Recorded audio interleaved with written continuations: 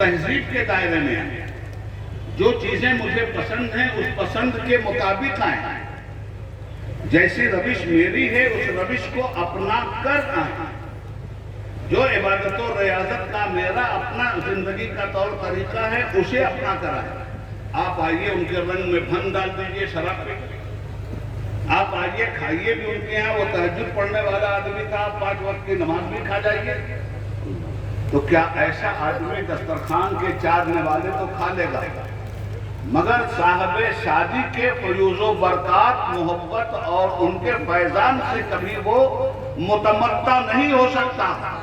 یہ عرس ہے، یہ شادی ہے، اس شادی کے موقع پہ آپ آئے ہیں، یہ لقائے محبوب سے ملنے کی منزل اور کھڑی ہے، جس میں دنیا سے جانے والا بندہ مومن اپنی فیاضیوں کے دسترخوان آپ کے لیے بچھاتا ہے، مگر وہ یہ بھی بتا کے جاتا ہے کہ اے میرے مرید، تو صرف ارادت تیری مرید ہونے تک کی حد تک نہیں تھی، میرا ارادہ تجھے مراد تک پہنچانے کا تھا۔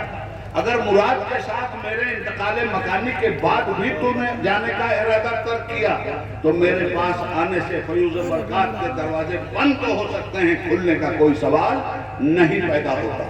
اس لیے جب عرس میں آپ آئیں تو اس بات کو ضرور ذہن میں رکھیں کہ صاحب عرس کا طریقہ کیا تھا، صاحب عرس کا عقیدہ کیا تھا، صاحب عرس کا عمل کیا تھا، صاحب عرس کی پرہیزگاری کیا تھی، صاحب عرس کو ناپسندیدہ چیزیں کیا تھیں، صاحب عرس کی پسندیدہ چیزیں اور رضا و رغبت کیا تھیں۔ اگر آپ اس طرح سے ان کے فیض و برکات کو حاصل کرنے کے لیے بارگاہ مقربین الہی میں آتے ہیں تب تو یقیناً آپ کے لیے فیض و برکات کے دروازے کھلیں گے۔ آپ کہیں نہیں صاحب،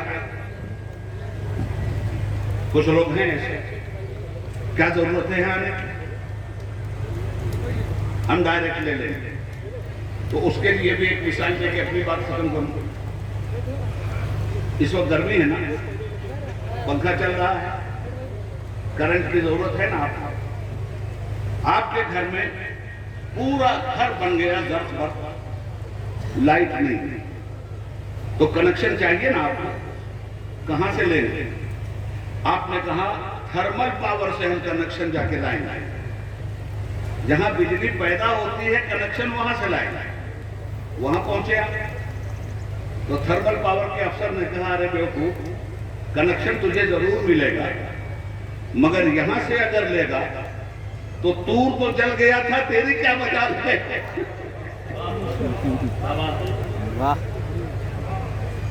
ڈائریکٹ کنیکشن مانگا تو تھا اور کہہ دیا صاحب کنیکشن نے کہ نہیں دیکھ سکتے، مگر جب ضد رہی تو کہا ٹھیک ہے، کنیکشن کا ایک ذرہ ڈال دیتا ہوں کوہ طور پہ، اگر یہ برداشت کر گیا تو موسیٰ تو مجھے دیکھ لے گا۔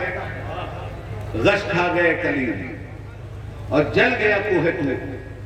تو آپ تھرمل پاور پہ جا کے کنیکشن مانگ رہے ہیں، وہاں سے آپ کو ہدایت دی جا رہی ہے نہیں، کنیکشن لینا ہے تو بجلی کے پاور سینٹر پہ جاؤ، وہاں بات۔ اب پاور سینٹر پہ آپ آئے تو اس نے کہا یہاں سے بھی کنیکشن نہیں ملے گا، آپ اپنے علاقے میں جائیے، اپنے محلے میں جائیے، آپ کے محلے میں ہر جگہ کنیکشن کے لیے ٹاور لگے ہوئے ہیں، آپ وہاں سے کنیکشن لیجیے۔